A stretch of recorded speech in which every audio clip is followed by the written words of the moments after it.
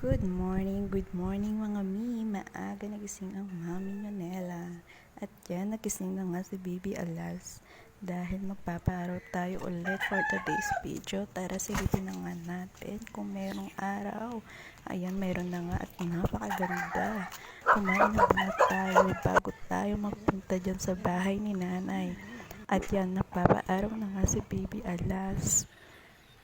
Iduyan na nga natin siya para makagalaw tayo at makapagpanggap tayo ng linis-linisan. So, let's go. Start na nga tayo ng pagpapanggap. Ayan na nga, naglilinis na ang baklak to. Sige, go ate ko. Maglinis ka. Ang daming alikabok.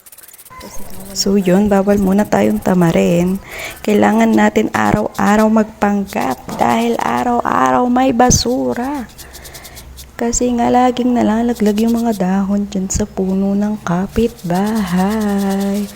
Putulin nyo na kaya yan. Charis! Kimi!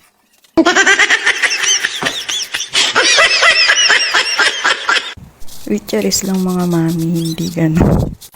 So yan, ganyan na nga siya magpanggap. Pagtapos sa loob ng bahay maglinis.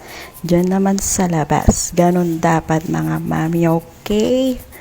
Kung magpapanggap ka, sagadin mo na. Charis. Bes, ang sarap kumilos ng maaga mga mi. First time ko to. Eme. So yun na nga, pagkatapos natin magpanggap, maglinis sa loob at sa labas, magdilig naman tayo dahil ako hindi pa ako natidiligan nilang buwan na. Charis. Iwi lang.